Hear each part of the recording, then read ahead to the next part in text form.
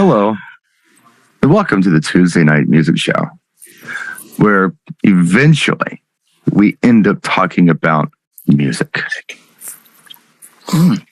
This week, however, I would like to start off by using a couple of quotes that I won't credit to Mr. Howie Darkstar, but I have heard him say within the last month or two. Yeah. Okay, here's quote number one. Okay. From Howie. Why would you go out for hamburger when you can have steak at home? Filet mignon. Why would you? I'm sorry. Why would you go out for a hamburger? Why would you have a dollar store hot dog when you have filet at home? Referring to my lady. Okay. Should we just start over, Brian? You're no. The quotes. It's okay. It's okay. Because the way I've heard it is, why would you have a hamburger? Yeah, I think I've heard that. Yeah, I think I've heard that too. Yeah. How he's specific to why would you have a Dollar General, aisle 7, hot dog, blah, blah, blah. Like, he gets a little more specific, apparently. Well, the reason I bring it up is because I have a rebuttal for that. Okay. Sometimes I'm just in the mood for a freaking hamburger. There you go. Yep. Okay. Good night, everybody. Thank you. I know you and Lori are in the honeymoon stage right now, but I'm telling you right now, eventually you're going to Dollar General for a hot dog. Sometimes I just want a burger. 5 years. That's a lot. Well, it doesn't matter. It's still honeymoon stage with you too. Yeah. Oh, okay. I've been with Blanca for a lot longer than 5 years. 5 years is cute. Okay. It is. Yeah, it's very cute. 5 years is cute. 5 years is very honeymoon. Still new. Why would you get a hot dog when you can have a chicken leg at home? You don't even know if she's crazy yet. Okay, hasn't been long enough. You referred to Blanca as your person and a lot of other superlatives. Not. It was 2 shows ago. Yeah, he did. I know that's very true, but I'm just thinking about the quote. Sometimes I'm in the mood for a nice gourmet burger. And other times I just want to go to Burger King. I get a Burger King urge about once every 6 months. I gotta go. Yeah, off of our ladies. Yeah. Sometimes. Yeah. I want a burger. Yeah. Okay. I'm in the mood for some Rupert Helms Pina Colada song. Oh, I am not. See, I brought it back to music and I made it a beverage. No, Howie, we get our funding now. I'm probably not going. I'm probably going to screw this up. All right. Okay. So because you probably said it a little different. Okay. Something to the effect of this. Yes. Your lack of planning is not my emergency. That's exactly right. So what's my rebuttal to that? Happened last night. Oh, yeah. Happened last night. Yeah. So I'm going to lay this out for you. This is just where I'm at. This is just who I am and where I'm at. I did a video on this. It's still uploading because it's really freaking long. I'm talking to my wedding client on speakerphone, conference call, bride and groom for this Saturday. Okay. And in the middle of this call, which is how I usually do my planning, I'm talking to them. I've got a Word doc on my computer. I'm knocking out the timeline. Mm-hmm. So during the call, I have to access my email to find a document they've sent me through email. Now, most of the business that I do as a DJ, I'm doing it on my phone, and I'll get more into that a little later. Mm-hmm. But I'm looking for the email, and I see this new email that just pops in. Okay, and I'm obviously I'm in the middle of something, but I see something about wedding, and I don't recognize this person's name, so I click on it quickly, and it says, "Hi, just making sure we're all set for our wedding coming up." I'm like, "Who is this?" So, because I'm distracted, I'm not paying real close attention to it. I bang out a quick. Oh, it says, "I've lost your phone number, so I'm just waiting for you to call me." So real quick, I just bang out on the computer. "Hey, sorry, really busy right now, but here's my phone number. Feel free to text me anytime." Send. Finish up with my client. All right. And as soon as I do, text message comes through. And on my phone, the way I do things, and we talked about this in another show, whenever I have a client, right, with a date, I create a contact that's their name and their wedding date. Me too. So when they call or they text, I know exactly what's going on. Yep. I don't have to fumble it, you know? Yep. 100%. So the text comes through, and I look at it, and it's for these two gentlemen who are getting married in October, asking if they can meet with me this week because they have this little bit of time in their schedule where they can actually do that this week, and they'd like to talk to me. So we go back and forth on a little bit because first they want to meet me on a Saturday. I'm like, we can't do a Saturday. Saturdays are bad. I'm a DJ. Finally, we find a time, and it's a Thursday. It's this Thursday. It's like at 3:30 in the afternoon. Cool. Can do it. And this is a texting back and forth. Now, this is happening while I'm getting ready to go on the air with Howie, hanging out with Howie. Okay. Texts are coming through. They're answering me, whatever. And then I see this other number that's texting me that I don't recognize. Oh, God. Well, who's this? So I click on it. Hey, hope we're all set for our October 15th wedding. Who is this? And I noticed there's a text thread. So I look at it. This is not my October 15th wedding. Here's the story. Wavy Davy has an associate of his, non-DJ related. I call them civilians. The civilian associate of his. Yes. who needed a DJ for their wedding. All right. This is one of those short stories long, and I apologize for this, but I'm just trying to do this dramatic effect. So Wavy's like, I can't do it. Can you take care of this guy? I'm like, sure. Have him, I don't know if I said, let me call him or have him text me or what I said, but anyway, he got a hold of me.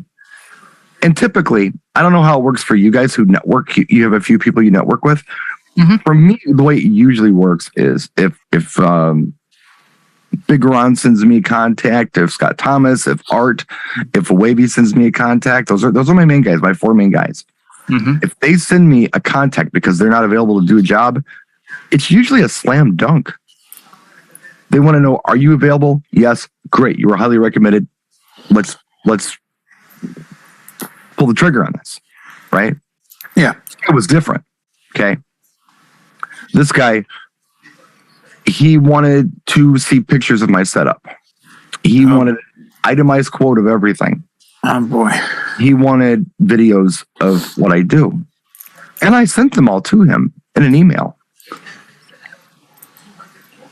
per request. I gave him the price, the times, what it all included with photographs and videos. And I explained, hey, the videos aren't really for my clients. They're more for DJs, but this should give you an idea of what I do. Right. So I sent this to him per his request. That was email number 1. Okay. And I waited a while. This was back in January, by the way. I waited a while. I was waiting for that part. and he didn't reply. So I sent him a text. Hey, did you get the information I sent? Yes, thank you. Okay, I hope this is helpful. Subtext, I hope this helps you make a decision on whether or not to go with me for my services. Okay. Ghost after that. No email, no text, no nothing. So April rolls around and I book on October 15th, which is the date he's looking at, So I book it. Don't think a thing about it. Right. Because I didn't reserve this for him or anything. You don't even have a note that says you have an inquiry for that day because he ghosted out. Yeah, no, I totally get it. Because as soon as this guy says, hey, I want to do this, he has a contact in my phone and I block it on the calendar. That's how I do it. Yeah, no, I totally get it. Yeah. But there wasn't an email because the email thread was literally January 19th. Here's the information you requested. The next email was August 29th, which was yesterday. Hey, are we all set? 7 months later. So I feel terrible about this. I was so distracted. I lit a cigarette on your show last night. Yeah, I remember that. I knew you were like, your empathy got the best of you and you felt so bad. It's not my fault. For you. It's not my fault, but I still care. I felt so bad for you. Well, the empathy comes here. I've been in situations before where I thought I had everything handled. I thought I had all the T's crossed and the I's dotted, and it turns out I didn't. I missed something. That's a bad feeling. Terrible feeling. The other thing I'm thinking about is this guy's going to kick off his new marriage, okay, with the woman who probably gave him one job, find the DJ, and he screwed it up. This is how they're going to kick off the relationship. I want to be a wingman here. He doesn't owe me anything. I don't owe him anything, but I feel obligated to do something for him. Now, the show started at 9 o'clock at my time last night. We did 2 shows. By the time we were done, it was 10 o'clock. It was too late to contact anybody. Right. My thought was this. I can't send this guy a message that says, sorry, your date's been booked. I can't do that. I'm going to have to contact Wavy David first, let him know what's going on before I even move forward on this. Mm-hmm. So I kind of had a bit of a sleepless night last night. Stomach was twisted, everything else over this. It's so stupid. Like I was so stressed about this. The good news is, okay, and I'll close this here. I was able to call Wavy. I explained to him exactly what happened. He's like, oh, geez, I'm so sorry that happened. But look, he wanted me to do it. I couldn't do it. But the good news is now I can. So now let me just call this guy. You don't even got to call him. I'll call him. I'll say, hey, look, talk to Brian. Sounds like there was some confusion. But the good news is I could do your event for you like you initially wanted me to. So perfect. Great. Problem solved. Right. Problem solved. But the reason I bring all this up, and I'm long-winded on this, and I apologize. The reason I bring all this up is because I shouldn't have to care about this. This shouldn't bother me. But it does. Yeah. That weird? No, it's happened. I've had clients contact me, think they booked me, say, in fact, I'm looking right now. This just happened. Client contacted me June of 2021, June 25th, June 26th. I contacted them back, said, here's the outline for what my services are, the fee, what I do.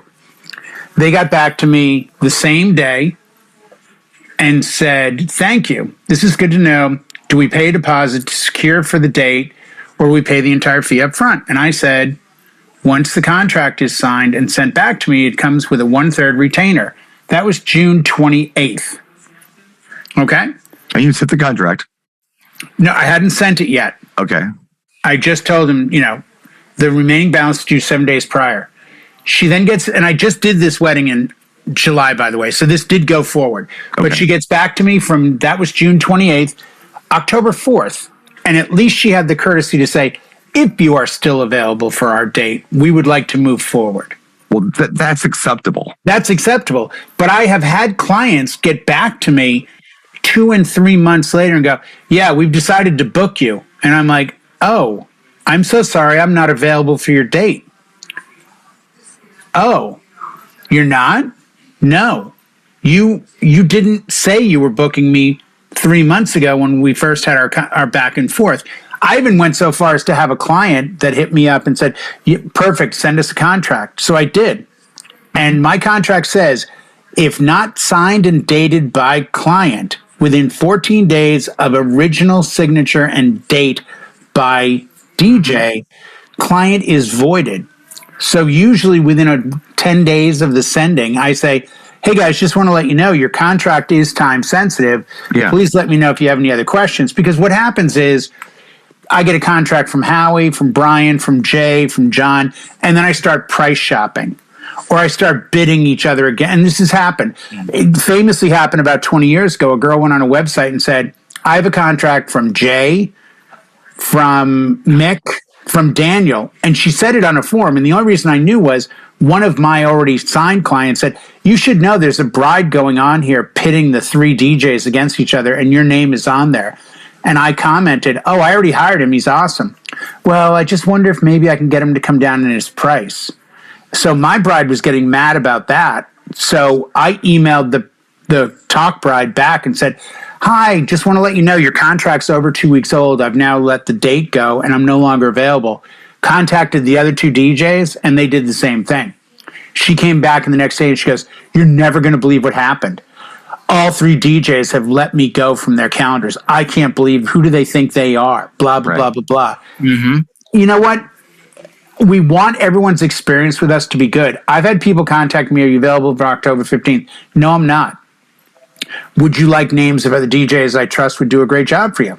Yes, I would. Here are some names. I suggest you contact them immediately. It's a very big date." And I'll even go so far as to sometimes follow up and say, "Hey, just checking in. It's Jay from Brandon Entertainment. Did you reach any of the DJs I sent you? They were all available." "Oh, we didn't really check, and now we're still looking." I'm like, if I can help, I will. I just want your experience with my company to be a positive one. And another twist, probably 15 years ago, I had a girl go to hire me. We were all good. She decided to go with a cheaper DJ. About 2 years goes by, and I get a hit from a new client. "Hi, you were recommended by Sally Smith, she said she didn't use you for her DJ, but she really regrets that choice. Yeah. Can we meet?" We meet. That bride hires me. I reach back out to Sally Smith, and I go, "Hey, Sally, just want to let you know I was contacted by somebody through you. I can't thank you enough. My fiance decided on the DJ. I told him I wanted to go with you. He said we had to go with this other guy that his friend knew. The DJ was terrible." Well, I don't know. That part, I didn't do their wedding, so that rate, who knows?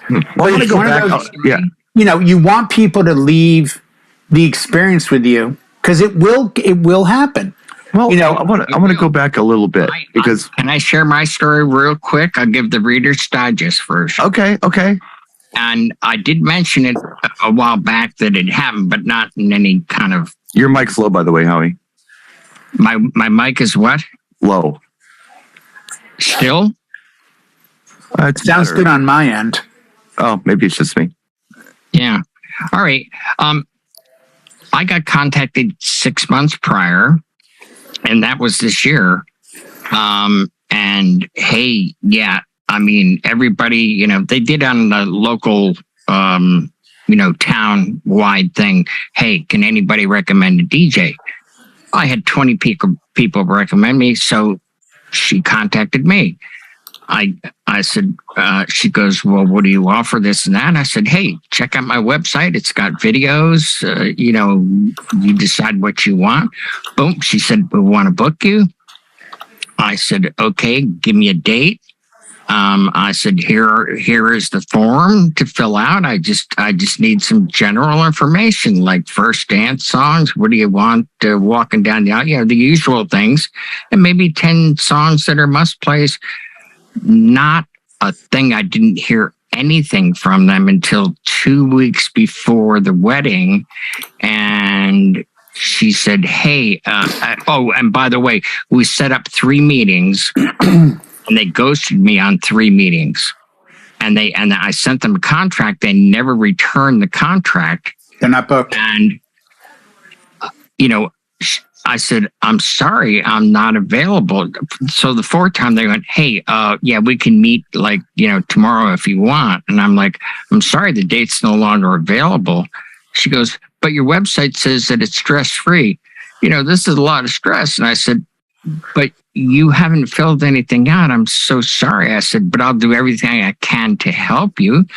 And what wound up happening was I did what Brian had done in reverse. It was that and what Jay had mentioned, I recommended another DJ that we all know that did the stuff for the November meetup back in 2019, Don Malock. Couldn't get a better guy. The only thing she did was like, "Well, he wants more money." I go, "I'm sorry." I said, "I gave you everything, every chance." I said, "But I didn't hear from you. You were a no-show for 3 meetings. What do you do?" I didn't feel the gut-wrenching thing that you felt. about it. Why would you? They went. You went. Well, you did all. Hold on, wait, stop. I got 3 things. I got to get in there. Okay. 1, your Reader's Digest is thicker than mine. Just saying. Okay. 2. What? That was 3 minutes. 3 minutes. What Jay was talking about was clients who he, who kind of like lag on the contract. They don't sign in time, those kind of things. What I'm talking about is somebody who thought they had booked me. They thought they were all set. They didn't contact me and say, hey, are your dates still available? They contacted, hey, we all set for the date? I mean, you need some information from us? But that's why they were booked. Right, but that's my point, Brian. It's very specific. Did they get a contract from you? No. Right. And they're not booked. Well, they didn't even And if get they did, and it lapsed for 14 days, and I don't know what your contract says. Mine clearly says in bold print at the bottom, if not dated and signed by client within 14 days of original date, this contract is voided. The contract I use is very similar, but yeah, the thing that you had said, Jay, you don't feel that it doesn't bother you that somebody screwed up. I mean, for some reason, it bothers me because I still want to help them, and I don't know why. Well, it bothers me that they've initially thought, no, I'll be blunt. You know why it doesn't bother me the way it does for you, Brian? Because they didn't do what they were supposed to do. I can't hold hands with everybody. If somebody came in and I sent it, like this bride from July, amazing wedding. By the way, this is a wedding done. The groom was first in his class from Harvard Med. This is not a couple that's like, we don't know what's going on. They know what's going on. But in their world, I played such a small role that they just decided to wait 4 or 5 months to figure it out. I don't know what happened in their lives, and I was still available. So here you go. But if you've handed somebody like if I meet you in person, if you and Blanca, God forbid, ever decided to get married, and you hire me and met me, I would say at the end of the meeting, whether on Zoom or on a phone call or in person, hey guys, great. I appreciate you spending the time with me tonight.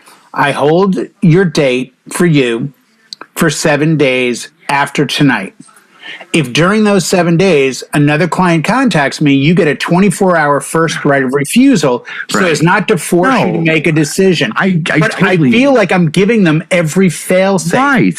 So if they decide 6 months later, hey, we're good to go, right?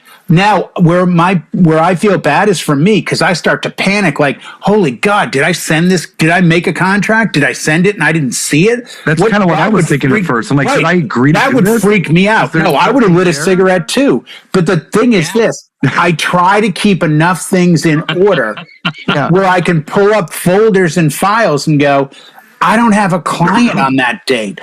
I don't have a contract. I'm with you 100% on all of that. I don't think it's fair to say, I don't feel the way you do. It's that I don't feel the way you do because in those instances, like this client in particular, I hate to say it, Brian, you didn't get a client contract. You didn't have a meeting with them. You didn't even have a go sign with them.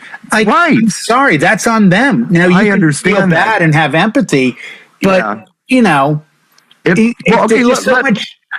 fix stupidity. Let's put a spin on it. All right? Let's not. No, we're going to put a spin on it. Here's the spin. Far? All right. Here's the spin. Okay? Okay. Here's the spin. And I'm not suggesting that this was the only factor involved in this, but it was definitely a factor involved in this. Oh, they're drinkers. Oh, no. Let's say that I called you and I said, Jay, my friend who lives out in San Diego needs a DJ. I can't do it. Could you hook him up? And you're like, sure. It's like, they're a really good friend of mine. If you could hook him up, I'd appreciate it. Mm-hmm. And then you contact this person. You go through this thing. There's some kind of miscommunication and you figured they ghosted you. And then it comes up right before the event. A month before the event. Hey, we all set? And you're like, no. Would you feel bad because you knew that was my guy? Hold on. You know what I mean? This has happened to me? This exact scenario. This just happened to me.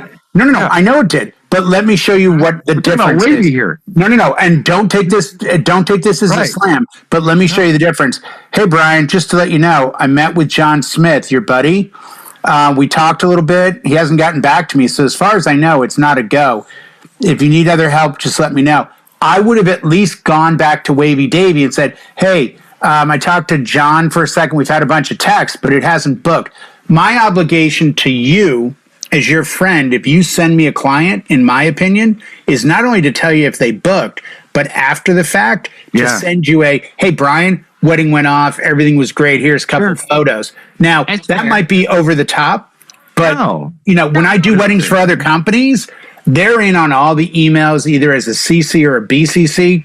And at the end of the night, I send them a hit going, hey, man, event went great. And I get this a lot. What event? Because they've got 100 people working for them and they can't remember who I am. And I'm like, the wedding you sent me 6 months ago. Oh, dude. Yeah, I knew you'd kill it. Well, I'm sorry, but there's fail safes in life. Okay. I'm just go back to Wavy next time and say, hey, bro, your guy didn't book me. Because then Wavy might hit him up and be like, hey, man, I talked to Brian. Because I've done this and said to other DJs, hey, your client's ghosting me. What's the deal? Right. I'll give you a great example. September 10th, I have a new client. It's through another company. Wow. No, I'm just saying I have a client through another company. I sent them an email. Today's Tuesday. I sent it Sunday night. Yeah. The guy with that company is getting an email tonight from me that says, hey, Roger, just to let you know, I contacted the client. They have yet to get back to me. Now, you might say, hey, it's only been 2 days. Their wedding's a week from Saturday. Right. I don't give a shit if it's 3 days or 10 days. Sure. The point is, he now is on notice. I did my part. So if the client comes back to me and says, I haven't talked to the DJ yet, it's like, oh, according to this email chain, he already sent you an email on Sunday. Now, if they're busy, that's fine. But you've got to do those little things along the way. Client contacts you, and you've got to either book it or get it off the books. Because otherwise, you have a Brian incident like this, where you get hit a month out or a few weeks out or whatever, and the guy goes, hey, man, I want to make sure we're good. I'd feel terrible, the initial contact, but then I would have to go back and see, did I lead them on? Did I say, that's what I was looking for. I went through, I went through the email. That would be my biggest fear. Oh, dude, I got you. We're set. That would be my biggest fear. No, I did all that. Do you do this? Every time a client contacts me, a new client, I go to my Gmail, and under the subject line, I put in the date of their event. And the reason I do this is to see if I've had inquiries for that date, and if those inquiries grew into clients, or if they were just an inquiry. And then I go to my folder for brand and entertainment. You're much more organized than I am. Did I create a contract for that date? No, I didn't. Okay, then guess what? Let me go to my calendar. I don't have a hold for the date. I don't have a book for the date. I mean, I'm not organized at all. More than me. But I'm so scared of doing what you just went through and being my biggest fear is getting a call on a Saturday going, where are you? Yeah, that you don't. That's the thing that keeps me up at night. Yeah. When I was a bartender, my big nightmare was being behind the bar and there's no booze and it's packed. And when I left bartending and became a DJ, it was getting the call going, hey, where are you? And you wake up in a cold sweat like, oh, my God, I can't. See, I thought your biggest nightmare was just being home and there being no booze. As long as I've got water, as you can see, it's obvious this is just water. Sure. So anyway, I'm weird, and that's cool. I mean, I figured it was. How he kind of gets it. Jay's like, I get it, but I do. Dismiss it. But it's not dismiss it, Brian. It's just, what are you going to be upset about now for? You didn't book them. It's their fault for thinking they booked you. And if you didn't use verbiage that led them to believe you were their DJ, then you can feel bad for the situation, but don't feel bad that you made a mistake. I'm going to get Howie in here, but I just want to address that. I'm not suggesting that my thought pattern is rational. Okay. No. That's what Brian, you are working in this industry. Yeah. And let's be honest, with a handicap. We're all nuts. With a handicap. Because because he has an Android phone. That's the first strike against him. He has an Android phone. No, I'm not suggesting any of this fear or not fear. It's this just anguish or whatever it is for this person, this empathy I'm having for this person. I'm not suggesting it's rational. It just is. That's all. Howie. And I get it. I get it. Well, one thing I do when I feel like I'm being ghosted, I compliment them and say, I wish you the best of luck on your upcoming wedding. Like breaking up with a girlfriend. And no, but then I compliment them, and then I go, there's a call to action. I'm sorry things didn't work out with us. If you ever need me in the future, give me a call. A version of Dolly Parton song. They might go like, oh, holy crap, we never got back to Howie. There's a coat of many colors. And I wish you joy and happiness. Exactly. If somebody contacts me and you do a phone call, a Zoom, an in-person, whatever, and I give them the 7-day thing. The end of 7 days, I will simply send an email and be like, hey guys, again, great meeting you last week. As I told you, I held your date for 7 days. If you're still considering my company, please let me know as soon as possible so I can either redo the hold or otherwise I am now open for that date. Or if they never get I'm doing. Or I'll even say, hey folks, just want to verify. Like my version of Howie's letter is, hi guys, just want to verify you've hired another DJ or have suitable entertainment for your event. Please let me know so I can take this hold off my calendar. And that way, there's that sense of like, oh yeah, we did decide to go with somebody else. They were half the price, whatever. I did try that for about a minute, just for my own edification. Can you tell me why you went with another company? Because I had a DJ say, did you ask them? And I'm like, no, that's kind of rude. They're like, no, I always ask. And I just say this, for my own edification, could you tell me why? And I tried it twice within a week. And both times it was like, yeah, this other DJ was like half your price. But I don't have a comeback. I don't have a like, oh, so if I had lowered my price and changed my family's standard of living and gone with a part-time schmuck DJ who doesn't know what he's doing or, I have a genuine question because I really care. Thank you. Have you learned anything from this so that you don't go through this anguish again? Yeah, that's a great question. This was less about procedure and more about an irrational emotion I was having about it. So you guys are taking it to another place, and that's cool that you are. But in my mind, I'm still kind of reeling from, wow, why did I feel this way? Neither here nor there as to how it happened. Specifically, the fact is, it ain't my fault. No, did nothing wrong here. No, could I have done all of these other things and automated emails that kick back and follow-ups and hey, I'm not a hard sell, I'm a soft sell guy. So I don't want to bother you. I don't do automated stuff either. Yeah, I'm not a hard but are you at least putting on your calendar? I got a hold for October 15th for Johnson. But like you, it does not held indefinitely. No, but if somebody contacts me now and says, are you available for this date? I go to the calendar on my phone and go, it's clear. Would you do it for a hold that was 4 months old? No, I do it for the hold initially, and then I'd contact them after the fact and be like, hey guys, want to just verify that you already have entertainment. I still have this hold on my calendar for you from a month ago, and I need to take it off. Right. And people are usually pretty good about understanding, like, oh yeah, we're not getting married. We decided to do this. We decided to do that. Whatever. Yeah. Oh, okay, cool. Thanks for letting me know. No, like, there's nothing. You're not trying to be a jerk. It's all good stuff. I just think it takes you out of this in the future. Yeah.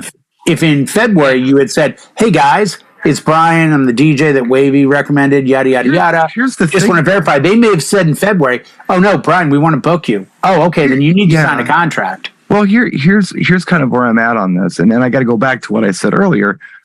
I don't think it would have mattered what I did to try to get this person to either, what do they say? Buy, lie, or die, in the car business. That's what we called it. You call them until they buy, lie, or die.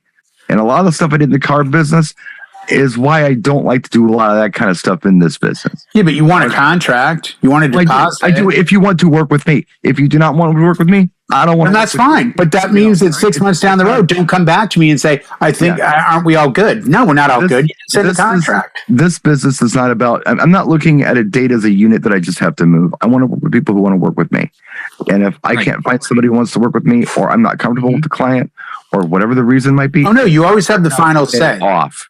Right, you have the final say. I have turned events down. I've been given. I just turned it. I think I told you guys in the chill. Somebody gave me an event that was like 4 to midnight.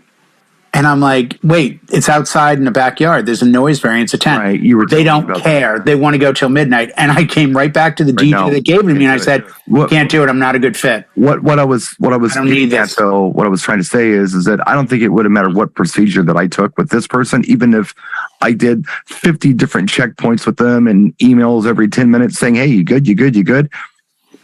Regardless, if for whatever reason they come at me and they think something's handled and it's not, I feel for that person. I can't help but to feel for that person. And I understand, but I think that was, and I understand there's fail points that I didn't have, that a lot of people have. But you didn't have a contract. That's not a fail point. They didn't hire you. No, I understand. Do you have a signed contract? No, then don't feel that bad. I gotta go back to what I said earlier. I'm not suggesting that my feeling is rational. I'm only telling you that I had it.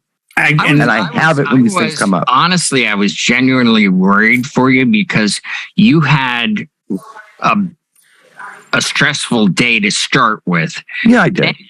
Then we did 2 shows last night. And you're doing all these juggling with emails, and then this thing gets laid on you. I could see how you didn't sleep well last night, you know? Well, I was just bummed out for the guy. And the other thing is, I mean, all this happened pretty late at night. It's not like I could just call these people or something and work it out. I knew that nothing could happen until today, which is probably better. I had time to think about it and figure it out. And in the long run, it worked out. He got the DJ he wanted. Oh, yeah, it all worked out. The stress is gone. So, I mean, it happened for a reason. But I don't want you to get lost in the minutia of, I've got 1,000 ways to check, or Howie's got this. Brian, bottom line, a client hires you with a contract. If they didn't hire you with a contract, all rules are gone. Game on. Sorry. I'm even. You sound like Jerry Maguire. Show me the money. Even if you're not hired till they pay you. Even if there's not a contract in my hand, and somebody says to me, "Hey, we good for the date?" As long as that person has said to me at one time, "Yes, we want you," as far as I'm concerned, until they tell me no, they're my client. I'm just that way, and it's always worked out for me. And that's fine. But we don't live in that society as often as you wish we did, because I've had people say, "Dude, we love you. You're booked." And I'm like, "Great, I'll send a contract." If they don't, if they get gun shy. My point is, in this situation, I didn't even have that. I didn't have a yes or not. Are you hearing voices or anything? Are you hearing voices by any chance? How's your vision? I'm concerned now. Reading glasses. I'm concerned. We got to start checking on him, Howie. Once an hour, I think is safe. Yeah. Taking your meds, though, right? What meds? I don't take meds. All right. Well, that's something we need to change, obviously. Dog on a lot of stuff after the vet yesterday. Try some of those. And some of the dog meds. Yeah. No. I totally get it. And it's a fear in our industry, especially if you are not. And this came up at DJ Expo, and it came up at Mex DJ, and it's going to come up more and more. And I work with a couple companies that have this, and I don't know what they've spent. So I know it's a lot because they won't tell me. And whenever a DJ won't tell me what they spent on something, they feel it's more than they may have, should have, or whatever. They should have, yeah. Right. But I had a long talk. Yeah. Right. I had a long talk with somebody at Wedding MBA last November in Vegas about this new automated system.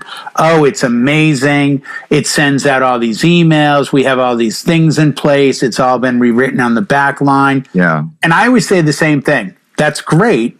I can appreciate that. But my only goal is to get them to get in touch with me. Like, if I have that many clients getting in touch with me, sure, I'll spend $5 or $6 grand on having a way to get it organized. Everybody's brain works different. But as it stands today, I'm sort of more like you, Howie, John, other people. You contact me, And that's the other challenge nowadays. I get contacted through my business page, through an email address on my business card, through Facebook, through Instagram, through TikTok, through my Google ad. I mean, it's like 8 different ways you can get in touch with me, and I've got to keep up on it. And it's like, oh my gosh, like this is insane. It's too much. Yeah. And it's that famous, like, you don't want to lose a gig, but you also don't want to make a promise you can't keep. Well, you know, because it's your name on this the same way it's my name on it. I think that's a lot of it. We've given this segment of the show 45 minutes. Oh, we did. So it's a show. So how would you like to maybe bring something music up so we keep our CBC and BBC funding coming in? Oh, I thought Jay did that. I don't like the new Elton John, Britney Spears song. I heard a snippet of it. Coming out of Cold Heart, not for me. Oh, that. Yeah, no. Coming from Cold Heart into this is even worse. See, that's why I think it was the big. Yeah, Dead Mouse did this already, right? But Dead Mouse did Tiny Dancer remix years ago, and it's really, really good. Yeah. I even played it Sunday night in the dive bar. I played both Britney and Elton, and then the Dead Mouse, and it was like, just from a listening angle, much, much better. I think Elton is just doing the right thing for Elton, saying, "Hey, here's a big hit. Let me help you out. Let me help you out. Jump on this." The one that's got me confused is this new Blue remix, because it's a David Guetta, BB Rexall track, and there's an remix, AHH. Now, he released the remix this past Thursday at like midnight, because I played it at my wedding, Friday night. I played it at my wedding on Saturday. I did a little YouTube investigation, and I found a video for David Guetta, BB Rexall, from October of 2019 with the exact same song. And I even listened to them back to back. So I'm a little confused on that release. It's a good song, but it would have been better served beginning of the summer. And it's real quick as a question to the two of you. I'll give you my piece, but is there a track for the summer of 2022? The only one I can come up with is About Damn Time by Lizzo. That's pretty good. That's about the only one for me. I was wondering if you guys had other ones I missed, or because it's, how every year there's that blow up track in May, April, and they go, "This is the summer song. This is the song of the summer." We didn't really have that this year. I know. No, we didn't. You're right. Bruno Mars didn't drop any big nuggets. Not even competition for a song. No. Well, if there's anything that would be the song. Maybe Beyonce. That's what I was thinking. Beyonce. Yeah, that Break My Silence or Break My Stride. Break My Soul. Break My Soul. I knew I'd get you. Wilder, Beyonce, same thing. No, Break My Soul. I think that would probably be the track, if there's any track. It was a little late in the game, but I think that's the track that you hear everywhere. We need a Purple Disco Machine remix of that. I bet you that'd be dope. Well, I'd say let's make it faster, but then it would just be Robin S. Show Me Love. But having said that, I heard it in Atlantic City. I heard it in Detroit. I've heard it everywhere I go. And so that would probably be, for me, the song of the summer. And I think most would probably agree with that. Now, my client this Thursday, and I've announced this last night. I'll announce it again tonight because I'm immensely proud. My bride Thursday was a guest at a wedding I did in October of 2007 for her aunt. Then she was a bridesmaid in June of 2008 and remembers having a great time at 17. Yeah. She's now a 31-year-old woman getting married, and I'm her DJ. And she called me last year and said, "Yeah, you did my aunt's weddings and they were so much fun. Are you available?" And I'm like, "Yeah." And it didn't dawn on me I'd done both aunts' weddings. I'd forgotten I'd done both there. So I take an immense amount of pride. And the point is, you don't know where your next gig is coming from. Sometimes it's coming from people that saw you 15 years ago. And that is quite a while ago. I mean, I was 20 then. So, I mean, it's a long time ago. And no matter where your next gig comes from, remember, You're only as You're only as good as your last gig. Oh, you're only. And this is exactly my point, Brian. But to be honest. So she says, to be honest. I'll go with it. So she says, what about the cake cutting song? And I say, oh, maybe something with sugar. Sugar, sugar, the Archies. Watermelon sugar. Or some sugar, watermelon sugar. That was the first. And I say, Robin Schultz, sugar. She just got back to me today for a couple little things. And she goes, hey, for cake cutting, can we do Sugar, Sugar? Like not ours, but just Sugar, Sugar by Baby Bash. By the Archies? No, by Baby Bash and Frankie J. Okay. Now, here's the funniest part about that track. Okay. He's a San Diego artist, so it came out in like 2000. Okay. And I remember when it dropped because a buddy of mine, Kirk, you've met Kirk, Brian, DJ Mac in Vegas. Okay. He was the one at Stratosphere. Right. I remember him. Yeah. He came over to my house because I had a DJM 3000 and CDJ 1000s. Mm-hmm. And he did a remix and we recorded it out of the 3000.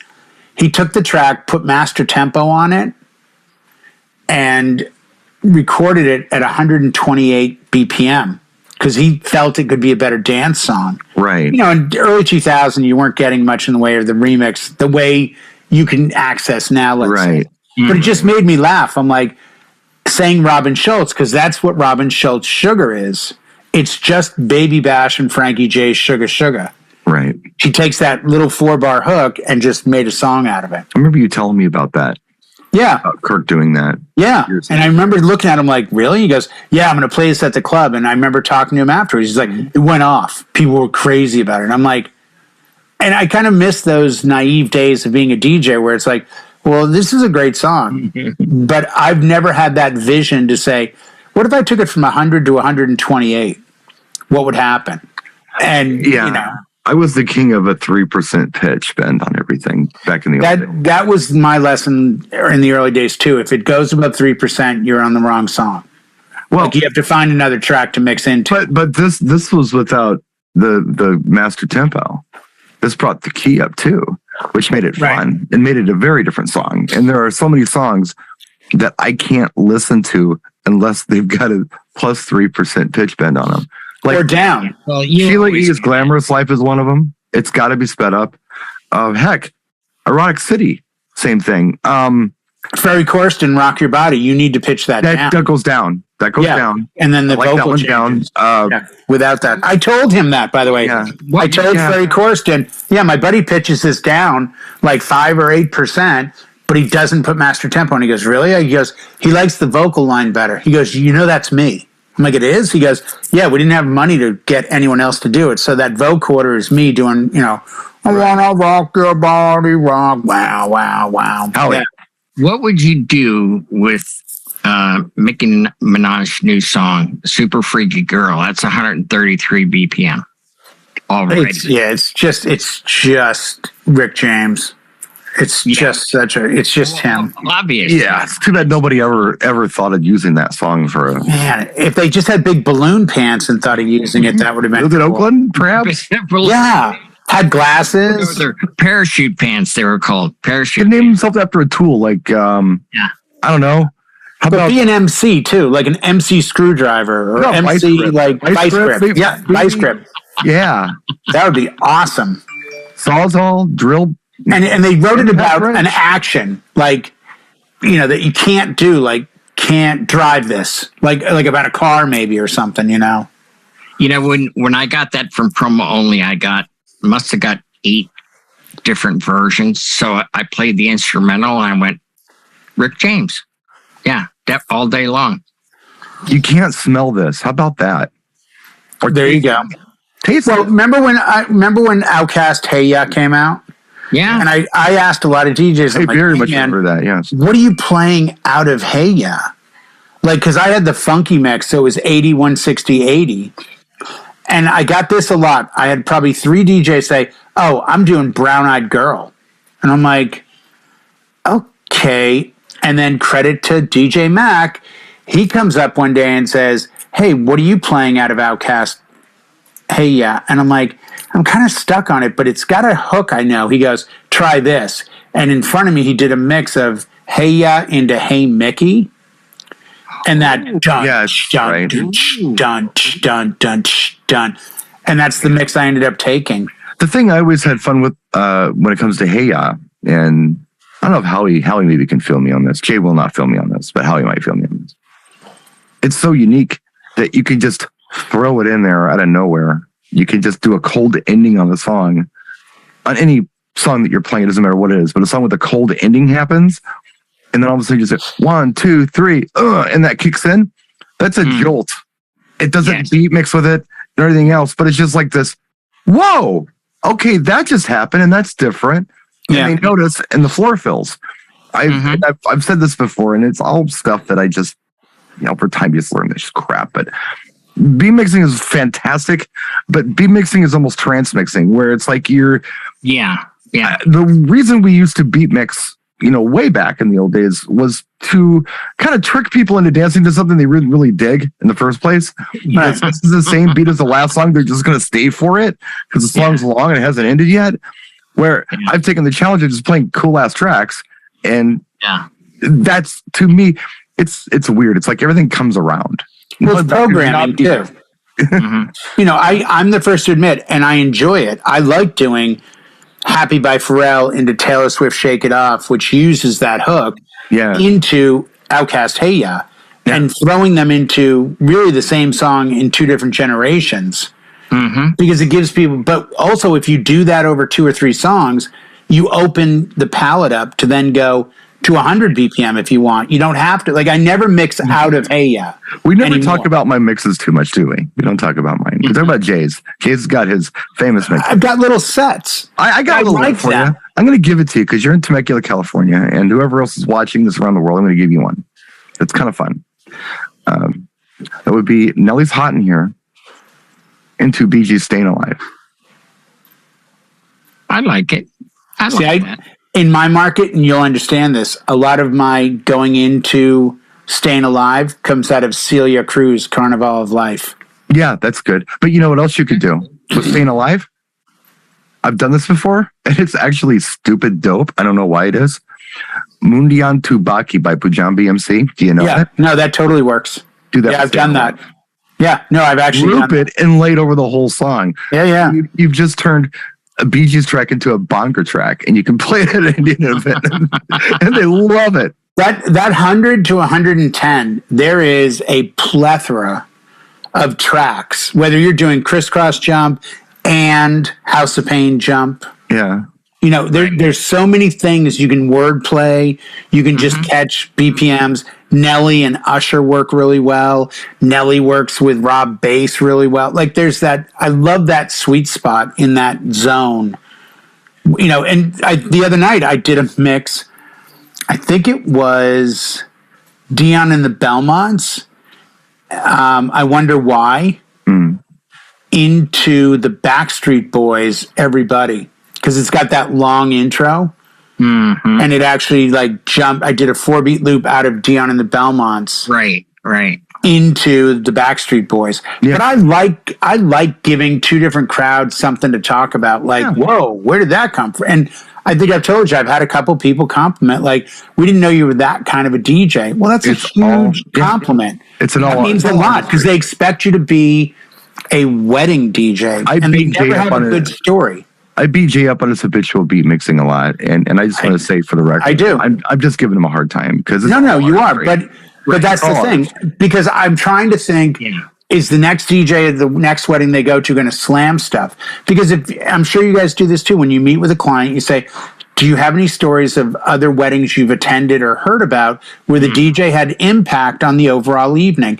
I rarely ever hear, "Oh, my cousin's DJ was killer. He was scratching, mixing, doing this." Is what I get is, yeah, the other DJ, it was super loud and the tracks didn't make sense and no one was dancing and he kept playing house music. And it's those pitfalls that you already addressed 2 minutes into the meeting when you say, my goal is to make sure it's loud enough on the dance floor that mom and grandma can still talk 10 feet away. So when they say it was too loud, you go, I already answered that. And I'm not afraid to get out of a song if it's not working. Yeah, I do laugh to myself when I play, Don't Stop Believing or Billie Jean and it clears the dance floor, I do think in my head, what effing planet are these people from? They're obviously not human because these are bangers that are pretty established. But then the next voice says, okay, this didn't work. Now what are you going to do, tough guy? And you have to come up with something else. And that's the challenge of the job that I love. The thrill of it, though. Yeah, it's absolutely the thrill of it. As a matter of fact, we were talking about this, Lori and I, the other night, and she said, why would you eat hamburger if you could have filet mignon at home? That's right. No, we weren't talking about something else. Okay. We were talking about wedding DJs, and she said, I never knew that was a talent and a skill until you played for me for date night. And then I started watching you with Brian and Jay. And she goes, you guys are just totally different than 90% of the DJs out there. She said, every wedding is slam, slam, slam. But you guys, you program, you do all these things and you make it enjoyable. It's the passion. It's the passion. I know guys that genuinely aren't into music. And they've said to me flat out, I'm like, you love music. And they're like, no, not really. And I'm like, you're a DJ. They're like, answer, it's a passion. It is a passion. That's different. Well, sorry. Yeah, we know that famous YouTuber. Whoa. Said whoa. He hates doing it. He's only doing it for the money. I mean, and that's fine. And you could still be a good DJ. I mean, we're totally going down another avenue, but the reality is you have a group of people in front of you. You want them to have the best possible time. That's why when people say, like, do you play a lot of stuff you like? No. DJ, rap it, and I'll let you rap it. You can type in a bill really nice. You know what, folks? I think we've experienced and learned a lot this evening. We have. I want to thank Mr. Brian S. Red, who's now come down. Thank you to Ativan and Clonopin. Yeah. I want to thank Roche Pharmaceuticals in New Jersey for sending Clonopin over last night to kind of cut the edge a little bit. Of course, Howie and his porterhouse steak will probably be hanging out Saturday night. I don't know. Right. Exactly. I can't wait for Thursday. I'm going to be much darker because I'm going to probably go out tomorrow. It's going to be 118 degrees. So I totally wasn't trying to interrupt you what you were doing. I would just say, some color. As you're talking, you can wrap it up because you do that well. You switch gears, which is even better. Well, and of course, for anything else you need to know about, discjockeynews.com is where you want to go for everything and anything. Outside of that, we're going to see you here next week. We do want to thank all of you for attending our New Year's Eve party we had the other night, celebrating going into 2024. For that, I thank you. On that happy note, for Mr. Red, Mr. Darkstar, I'm Jay. Say goodnight, Jay. Say goodnight, Jay.